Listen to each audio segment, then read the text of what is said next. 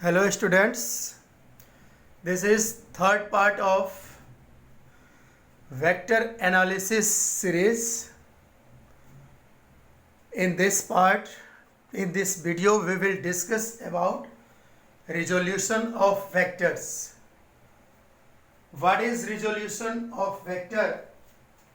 Splitting of a single vector into two or more components, two or more vectors in different directions is known as resolution of vectors. Resolution of vectors is reverse process of addition of vectors. Okay? तो resolution of vector में क्या करते हैं कि single vector का हम दो या दो से अधिक वेक्टर्स में वो भी डिफरेंट डायरेक्शंस में हम रिजोल्व करते हैं, स्प्लिट करते हैं और इस तरह से स्प्लिट करते हैं कि दोनों जो कंपोनेंट्स हैं उसके सिंगल वेक्टर का स्प्लिट करने के बाद जो दो कंपोनेंट्स आया वो दोनों कंपोनेंट्स का अगर हम वेक्टर सम करें तो वो हमें वो सिंगल वेक्टर फाइंड हो जाना चाहिए, आ जाना चाहिए। तो इसके लिए हमने एक एग्जांपल लिया कि एक सिंगल वेक्टर हमने आर लिया है, ठीक है, और उसको इस तरह से दो कंपोनेंट्स में यहाँ पर हमने क्या कर लिया, दो वेक्टर्स में वेक्टर ए और वेक्टर बी में यहाँ पर हमने रिजोल्व किया है, स्प्लिट किया है, ठीक है। और अगर हम इन दोनों वेक्टर्स का अगर हम सम करें तो हमारे पास क्या आ जाना चाहिए, ये वेक्टर आर आ जाना चाहिए।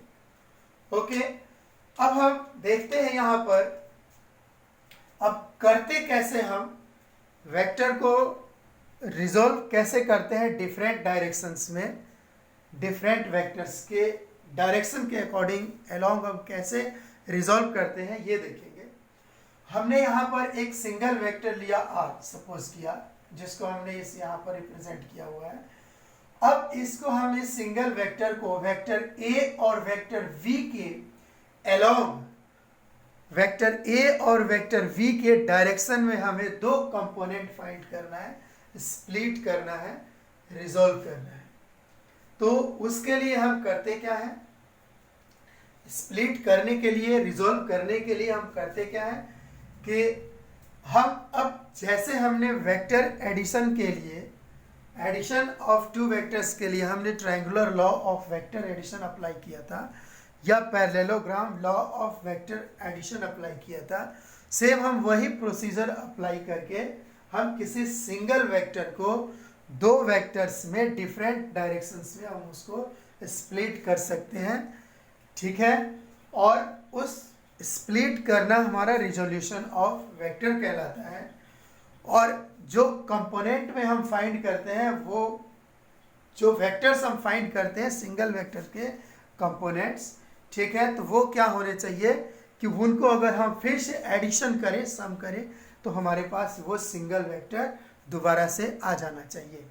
तो इसके लिए हम सबसे पहले क्या कर रहे हैं कि हमने यहाँ पर देखिए जो वेक्टर आर है, सिंगल वेक्टर आर है, इसको हमने दो कंपोनेंट वेक्टर ए और वेक्टर वी के डायरेक्शन में हमें स्प्लिट करना है। तो पहले हम triangular law of vector addition apply कर रहे हैं। तो उसके लिए क्या किया हमने सबसे पहले कि यहाँ पर जो ए वेक्टर आर है जिसको हमने क्या करना है, स्प्लिट करना है वेक्टर ए के अलोंग और वेक्टर वी के अलोंग, ठीक है।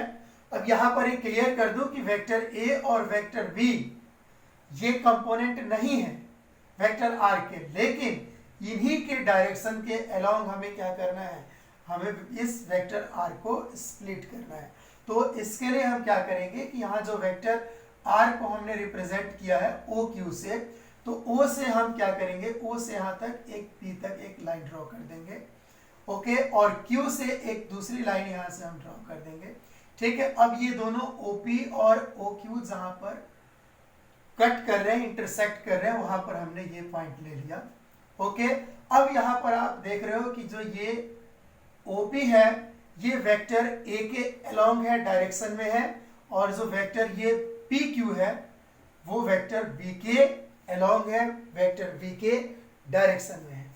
तो यहाँ पर अब हम देख रहे हैं कि ये जो OP जो वेक्टर है और OQ जो वेक्टर है, PQ वेक्टर है, इन दोनों का अगर हम यहाँ देखिए क्या बन रहा है, ट्रायंगल बन रहा है। तो हम जानते हैं कि जब हमारे पास ये पहला वेक्टर हो, ये दूसरा वेक्टर हो, तो यहाँ पर वैसे एकदम क्लियर है कि पहले वेक्टर के हेड पे दूसरे वेक्टर के टेल को रखा हुआ है, और फिर क्या हुआ है कि पहले वेक्टर के टेल से दूसरे वेक्टर के हेड को यहाँ से ज्वाइन कर दिया हुआ है। तो ऑब्वियसली ये जो है इन दोनों वेक्टर्स के कौन कौन से OP और OQ के रिजल्टेंट को ये OQ जो है रिप्रेजेंट कर रहा है। तो इसके लिए अब हम करेंगे क्या, यहां पर कि देखिए यहां पर जो वेक्टर हमारे पास आ रहा है ये क्या, OQ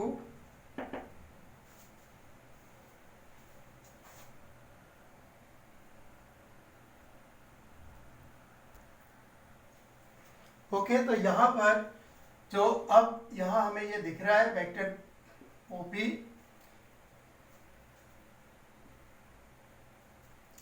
इसका मतलब हुआ कि OQ जो हुआ वो किसके बराबर है, vector OP plus vector PQ के इक्वल है।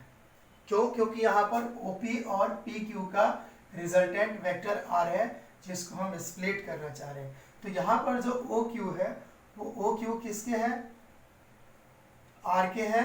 तो वेक्टर R किसके बराबर हुआ, वेक्टर R। अब यहाँ पर देखिए ये जो हमने वेक्टर A के अलोंग हमने OP को लिया है, लेकिन A के बराबर नहीं है, ठीक है। तो इसके लिए हम क्या मान के चल रहे हैं कि जो यहां से जो वेक्टर R का जो कंपोनेंट है वो क्या है, पहला कंपोनेंट है जो किसके है, MA के बराबर है, और दूसरा कंपोनेंट जो PQ हमने लिया हुआ है यानी कि वेक्टर B के अलोंग लिया हुआ है वो किसके बराबर है, NB के बराबर है। तो हम इसको ऐसे लिखेंगे कि vector R is equal to M vector A plus N vector B।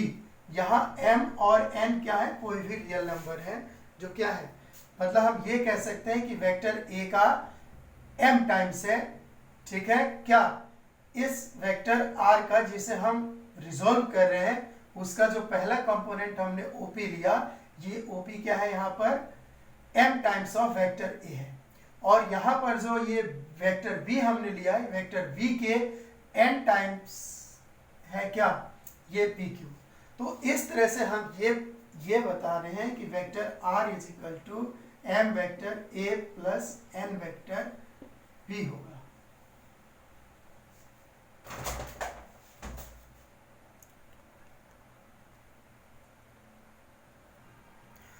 अब हम इसी को वेक्टर जो R हमने लिया हुआ है जिसे हमने स्प्लिट किया और उसको हमने कैसे लिखा, इसके दो कंपोनेंट्स हमने निकाल लिए, कौन से, M वेक्टर A और N वेक्टर B।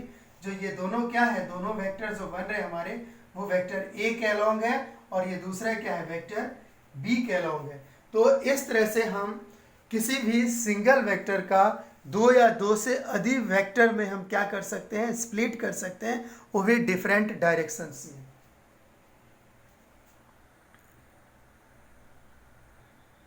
अब हम यहाँ देखेंगे कि आखिर हमें रिजोल्यूशन की जरूरत क्यों पड़ती है। तो इसके लिए हमने सपोज किया कि एक कोई मासिव बॉडी है जिसे हमें क्या करना है, जिसके ऊपर हमने एक फोर्स अप्लाई किया जिसका हमने नाम दिया P फोर्स। कितना नाम दिया, P फोर्स। अब इस P का हमें क्या चाहिए, हम चाहते हैं कि दो कंपोनेंट्स फाइंड कर लें, और वो भी दो कंपोनेंट्स कैसे, एक ऐसा कंपोनेंट हो जो x एक्सिस के अलोंग हो और दूसरा क्या हो, जो y एक्सिस के अलोंग हो। ये x एक्सिस के अलोंग जिसे हम क्या कहेंगे, हॉरिजॉन्टल कंपोनेंट, और यहाँ पर जो y एक्सिस के कंपोनेंट अलोंग है उसे हम कहेंगे वर्टिकल कंपोनेंट। तो हम इस जो पुलिंग फोर्स, इस बॉडी को हम क्या कर रहे हैं, ऐसे इस डायरेक्शन में फोर्स लगा रहे हैं, इसको हम पुल करने के लिए जो हम फोर्स लगा रहे हैं, तो इस फोर्स को हम दो कंपोनेंट फाइंड करना चाह रहे हैं। तो यहाँ पर आप देख रहे हैं कि वर्टिकल और हॉरिजॉन्टल दोनों क्या होते हैं, एक दूसरे के परपेंडिकुलर होते हैं। ओके, तो यहाँ पर अब ये जो वेक्टर P है, फोर्स P जो हमने अप्लाई किया है, पुलिंग फोर्स, तो यहाँ पर क्या हुआ कि इसी का अब ये दो कंपोनेंट हो गए जिसको हमने यहाँ से डिनोट किया हुआ है। एक का नाम दिया हमने Px और दूसरे कंपोनेंट का हमने नाम दिया Py। Px जो हॉरिजॉन्टल कंपोनेंट है और Py जो वर्टिकल कंपोनेंट है। ओके, अब यहाँ पर हम देखेंगे कि दो जो वेक्टर्स हमारे बन रहे हैं, किसके, वेक्टर P का जब रिजॉल्व करने के बाद, ठीक है, Px और Py, तो यहाँ पर हम बड़े आसानी से क्या कर सकते हैं, हम ये Px और Py भी फाइंड कर सकते हैं। सपोज करिए कि ये जो पुलिंग फोर्स है P एक्स एक्सिस के साथ थीटा एंगल फॉर्म कर रहा है, ठीक है। तो यहाँ पर आप देख रहे हो कि ये क्या बन रहा है, ये राइट एंगल बन रहा है। इसको अब यहाँ से हम मिला देंगे तो ये क्या बन गया, एक पैरेललोग्राम बन गया, या जिससे यहाँ पर ये रेक्टेंगल है। ओके, अब ये वेक्टर जो P है, पुलिंग फोर्स P है, इसका एक्स एक्सिस के साथ एंगल जो फॉर्म हो रहा है वो थीटा बन रहा है। तो ऑब्वियसली ये जो एंगल होगा वो कितना होगा, 90 माइनस थीटा होगा। तो अब हम यहाँ क्या करने जा रहे हैं कि यहाँ से ये जो ट्राइंगल हम ले रहे हैं OAB, जो कि क्या बन रहा है, राइट एंगल ट्राइंगल बन रहा है। तो इसके लिए अब हम जो राइट एंगल ट्राइंगल है, तो बड़ी आसानी से हम Px को निकाल सकते हैं। कैसे निकाल सकते हैं, हम यहाँ पर इस राइट एंगल ट्राइंगल में cos थीटा ले लेंगे। तो cos थीटा क्या होता है, बेस अपॉन हाइपोटेनियस होता है। तो बेस क्या हो गया यहाँ पर, बेस जो है Px है, जिसको हमने OA से डिनोट किया हुआ है, और हाइपोटेनियस आप देख रहे हैं कि क्या है, यहाँ पर P है। तो सीधी सी बात है, जो Px हुआ वो यानी कि हॉरिजॉन्टल कंपोनेंट जो आया इस पुलिंग फोर्स P का, वो कितना आया, P cos थीटा है। अब हम निकालने जा रहे हैं क्या, इसका वर्टिकल कंपोनेंट। तो वर्टिकल कंपोनेंट जो कि ये है, ये रिप्रेजेंट कर रहा है Py को। तो यहाँ पर भी वही है Py जो यहाँ पर इसको रिप्रेजेंट कर रहा है। तो अब हम इसके लिए क्या करेंगे कि अगर हम यहाँ से साइन थीटा ले लेते हैं, तो साइन थीटा क्या होता है, परपेंडिकुलर अपॉन हाइपोटेनियस। तो परपेंडिकुलर यहाँ पर क्या है, Py है, और हाइपोटेनियस जो बन रहा है वो पुलिंग फोर्स P बन रहा है। तो ऑब्वियसली यहाँ पर जो वर्टिकल कंपोनेंट आया Py, वो किसके बराबर है, P साइन थीटा के इक्वल है। तो इस तरह से अब हम देखिए, यहाँ पर हमने दो कंपोनेंट फाइंड कर लिए। कौन कौन से, एक हॉरिजॉन्टल कंपोनेंट जो कि Px से डिनोट किया हुआ है, और दूसरा वर्टिकल कंपोनेंट इस पुलिंग फोर्स P का, जिसको हमने Py से डिनोट किया हुआ है। Py P साइन थीटा है और Px P cos थीटा है। अब हम ये बताना चाह रहे हैं यहाँ पर कि अगर हम देखिए, जो यहाँ पर जो पुलिंग फोर्स P है, इस पुलिंग फोर्स का हमने दो कंपोनेंट यहाँ पे फाइंड किया, Px और Py। तो होना ये चाहिए कि जब हम इन दोनों कंपोनेंट्स का जो हमने स्प्लिट करके, ठीक है, जो x एक्सिस के अलोंग और y एक्सिस के अलोंग जो हमने फाइंड किया हुआ है कंपोनेंट, अगर हम इनका वेक्टर सम करें तो क्या आना चाहिए हमारे पास, फिर से ये P आ जाना चाहिए। ओके, तो इसके लिए हम एक काम करते हैं, जैसे देखिए यहाँ पर हमारे पास Px जो आया था वो P cos थीटा था, और Py तो यहाँ लिखा ही है। ओके, तो अब यहाँ पर ये जो हम P निकालना चाह रहे हैं, तो P का मतलब क्या हुआ, P जो यही फार्मूला हम यूज करेंगे जो पहले हम पढ़ चुके हैं, कौन सा, R equal to under root A square plus B square plus 2ab cos theta. cos theta यहाँ पर थीटा जो है, दोनों यहाँ पर दोनों जो वेक्टर्स के बीच में जो एंगल है वो 90 डिग्री है। तो cos 90 की वैल्यू 0 होती है, तो ये पूरा पोर्शन क्या हो गया, 0 हो जाएगा। तो यहाँ पर जो रिजल्टेंट हुआ, रिजल्टेंट यानी कि Px square plus Py square, और ये पूरा पोर्शन तो 0 हो ही चुका है, ठीक है। तो अब हमारे पास, अब क्या करेंगे कि जब हम यहाँ पर Px और Py की जब वैल्यू रख देंगे a और b का, जो हमने माना हुआ है, तो कितना हो गया, Px कितना है, P cos थीटा है, और Py कितना है, P sin थीटा है, इनका स्क्वायर और सबका स्क्वायर रूट। ऑब्वियसली अब यहाँ पर जो r आ रहा है, तो ये आ रहा है r equal to P square, यहाँ से कॉमन ले लिया, sine square theta plus cos square theta, इन सब का स्क्वायर रूट। ओके, अब ये sine square theta plus cos square theta की वैल्यू 1 होती है, तो r इज इक्वल टू किसके बराबर आ गया, P के बराबर आ गया। यानी कि हमने क्या किया था कि इस वेक्टर p को दो कंपोनेंट्स px और py में फाइंड किया था, हॉरिजॉन्टल और वर्टिकल फाइंड किया था। अब हमने क्या किया कि जब हम इन दोनों कंपोनेंट्स का जब हमने वेक्टर सम किया तो फिर ये दोनों कंपोनेंट्स हमें क्या दे रहे हैं, वही सिंगल वेक्टर जिसका हमने रिजोल्व किया था। यानी कि ऑब्वियसली यहां पर अब ये जो रिजल्टेंट आ गया किसके बराबर आ गया। ओके,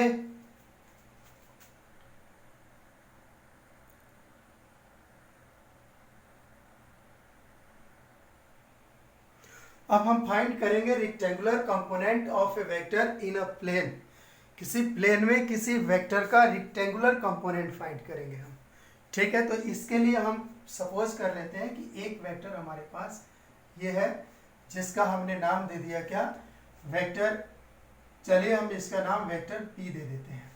अब हमें क्या करना है कि इसका रेक्टेंगुलर कंपोनेंट फाइंड करना है।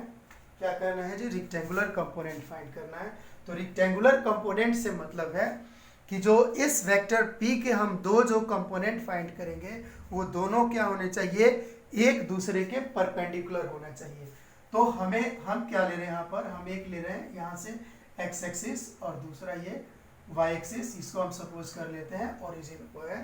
तो इस वेक्टर p का हमें क्या करना है, दो कंपोनेंट फाइंड करने हैं, एक x एक्सिस के लॉन्ग और दूसरा y एक्सिस के अलॉन्ग हमें फाइंड करना है। ओके, तो अब हम इसके लिए हम क्या करेंगे कि इसको जो है स्प्लिट करें, तो ये जो है और यहां से वही पैरेललोग्राम हम फॉर्म कर देंगे, जो कि यहाँ पर पैरेललोग्राम में क्या बनेगा, ये रेक्टेंगल बन रहा है। ओके, तो ये जो कंपोनेंट हुआ हॉरिजॉन्टल कंपोनेंट जो कि x एक्सिस के अलॉन्ग है, इसका नाम दिया हमने px, वेक्टर px, और दूसरा जो वर्टिकल है जो कि y एक्सिस के अलॉन्ग है उसका नाम दिया हमने वेक्टर py।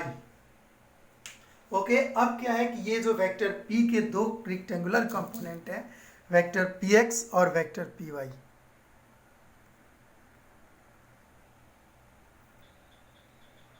तो यहाँ जो अब हमने क्या किया कि वेक्टर p के दो कंपोनेंट फाइंड कर लिए।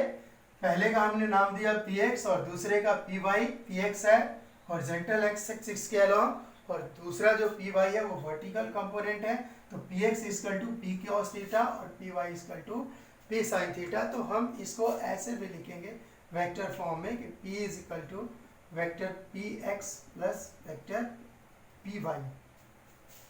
ओके, और अब हम एक काम करने जा रहे हैं यहाँ पर कि ये जो i और j जो देख रहे हैं यहाँ पर, i क्या है, i is unit vector along x axis. i क्या है, यूनिट वेक्टर है x एक्सिस के अलोंग। और यहाँ पर j कैप जो हमने यूनिट वेक्टर जब पढ़ा रहे थे फर्स्ट पार्ट में तो उसमें डिस्कस हो चुका है कि यूनिट वेक्टर क्या है। तो i is unit vector along x axis and j is unit vector along y axis, and you know unit vectors used to represent direction of the vectors, okay, and their magnitude is 1। Unit vector के magnitude क्या होते हैं, 1 होते हैं, और वो use होते हैं रिप्रेजेंट करने के लिए किसके, केवल डायरेक्शन के। तो यहाँ पर हम वेक्टर p को कैसे लिख सकते हैं, हम ऐसे भी लिख सकते हैं px i cap plus py j cap हम लिख सकते हैं यहाँ पर। ओके,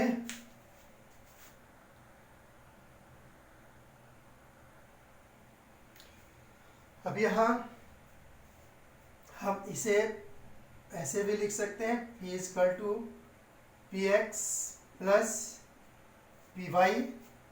ओके, या जब हम रिजल्टेंट फाइंड करेंगे तो इस तरह से क्या कि p इज इक्वल टू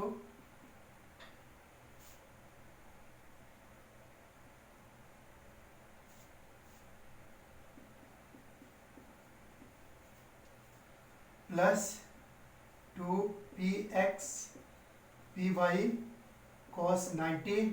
क्यों cos 90, क्योंकि यहाँ पर दोनों जो कंपोनेंट हम निकाल रहे हैं वो रेक्टेंगुलर कंपोनेंट है, दोनों एक दूसरे के परपेंडिकुलर होंगे। ओके, और यहाँ पर cos 90 की वैल्यू 0 होती है, तो ये पूरा पोर्शन क्या हो गया, 0 हो गया। तो p हमारे पास फिर से क्या बच गया, P X square plus P Y का स्क्वायर रूट बन गया।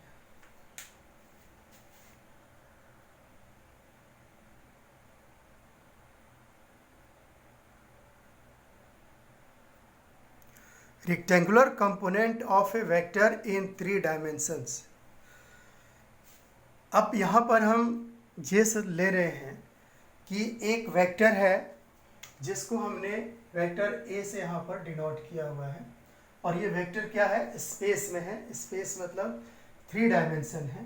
3 डायमेंशन हमने कार्टेशियन कोऑर्डिनेट सिस्टम को यहाँ पर कंसीडर किया हुआ है, जो आप देख रहे हो कि यहाँ पर एक्स एक्सिस, वाई एक्सिस और जेड एक्सिस यहाँ पर रिप्रेजेंट किया हुआ है। ओके, तो यहाँ पर जो वेक्टर है हमारे पास वो ओ क्यू से रिप्रेजेंट किया गया है, जहाँ पर वेक्टर ए है, और इसके हमें 3 कंपोनेंट्स, ऐसे कंपोनेंट्स फाइंड करने हैं जो रेक्टेंगुलर हो, एक दूसरे के परपेंडिकुलर हो, एक दूसरे से परपेंडिकुलर हो। तो इसके लिए हमने क्या लिया कि यहाँ पर 3 डायमेंशनल स्पेस लिया हुआ है। ठीक है, तो हम सबसे पहले ये कंसीडर कर रहे हैं कि जो वेक्टर ए का एक्स एक्सिस के अलोंग जो कंपोनेंट है वो ए एक्स है, जिसको हमने ओपी से डिनोट किया हुआ है, और वाई एक्सिस के जो अलोंग वेक्टर ए का कंपोनेंट है उसको हमने ए वाई से डिनोट किया हुआ है। ठीक है, ए वाई जो कि रिप्रेजेंट कर रहा है यहाँ पर ओ एस के द्वारा।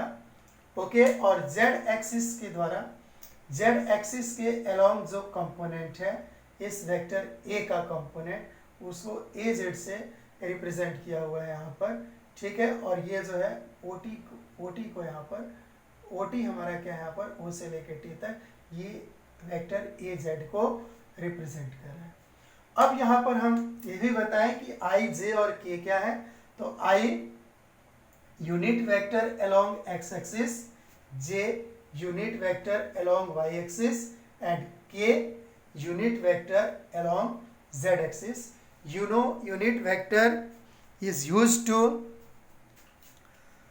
represent direction only and its magnitude is unit. Okay, तो then अब आगे हम बढ़ते हैं यहाँ पर कि जो एंगल यहाँ पर अल्फा देख रहे हैं कि एंगल अल्फा किसको रिप्रेजेंट कर रहा है। तो एंगल अल्फा वेक्टर ए का एक्स एक्सिस के साथ एंगल है, और बीटा वेक्टर ए का वाई एक्सिस के साथ एंगल फॉर्म कर रहा है, और गामा जो है वो वेक्टर ए का जेड एक्सिस के साथ एंगल फॉर्म कर रहा है। ये डायरेक्शन बना रहे हैं। तो अब यहाँ पर जो हमारे पास ये वेक्टर्स जो है जिसको हमने क्या करना था, रिजॉल्व करना था, स्प्लिट करना था रेक्टेंगुलर कंपोनेंट में, तो उसके लिए हमने क्या लिया यहाँ पर कि जो एक्स एक्सिस के अलोंग जो कंपोनेंट है जिसको हमने ए एक्स से डिनोट किया हुआ है, ये ए एक्स जो हुआ किसके बराबर हुआ, ए एक्स आई कैप के, और वाई एक्सिस के अलोंग जो कंपोनेंट है जिसको हमने वेक्टर ए वाई से रिप्रेजेंट किया हुआ है, ये वेक्टर ए वाई किसके बराबर हुआ, ए वाई जे कैप के। यहाँ पर ये भी बता दें कि ये y क्या है, ये मैग्नीट्यूड को रिप्रेजेंट कर रहा है, और j डायरेक्शन को रिप्रेजेंट कर रहा है किसके अलोंग, y एक्सिस के अलोंग। इसी तरह से अब वेक्टर a का जो थर्ड कंपोनेंट है जो कि z एक्सिस के अलोंग है, उसको हमने वेक्टर a z से रिप्रेजेंट किया हुआ है, और ये a z क्या हुआ, वेक्टर a z क्या हुआ, a z k है।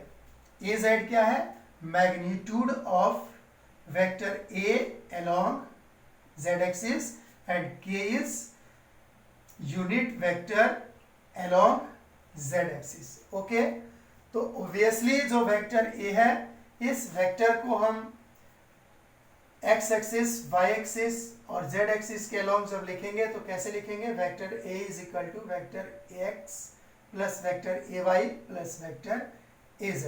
ओके, अब जब हम ये वैल्यू यहाँ पर रखें तो हमारे पास क्या आ जाएगा, vector a is equal to क्या आ जाएगा, a x i cap plus a y j cap plus a z k cap.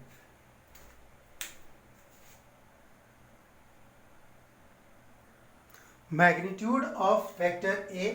तो magnitude of vector a find करने के लिए यहाँ पर ओब्वियसली हमें दिख रहा है कि जब हम मैग्नीट्यूड इसका फाइंड करेंगे तो वही हम क्या करेंगे, यहाँ पर स्पेस में जब हम देख रहे हैं तो ये हमारे पास बन रहा है a square is equal to a x square plus a y square plus a z square, या a equals square root of a x square plus a y square plus a z square.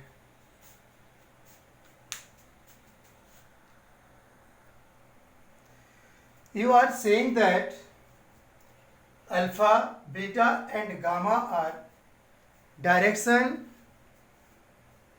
of vector A with respect to x-axis, y-axis and z-axis. Okay, so then cos alpha equals ax upon a.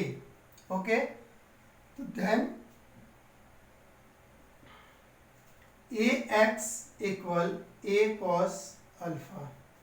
Okay, similarly cos beta equals ay upon a, and ay is equal to a cos beta, and cos gamma equals az upon a, and this indicates az is equal to a cos gamma.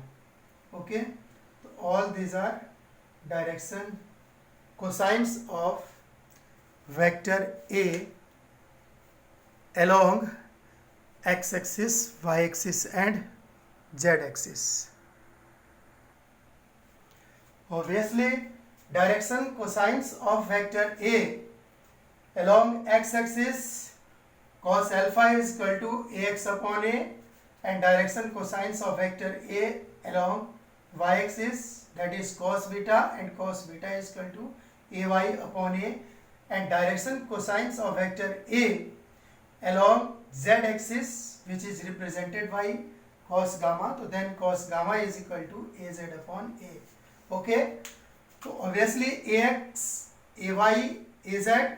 Okay, then on putting the value of ax, ay, az in this relation, okay,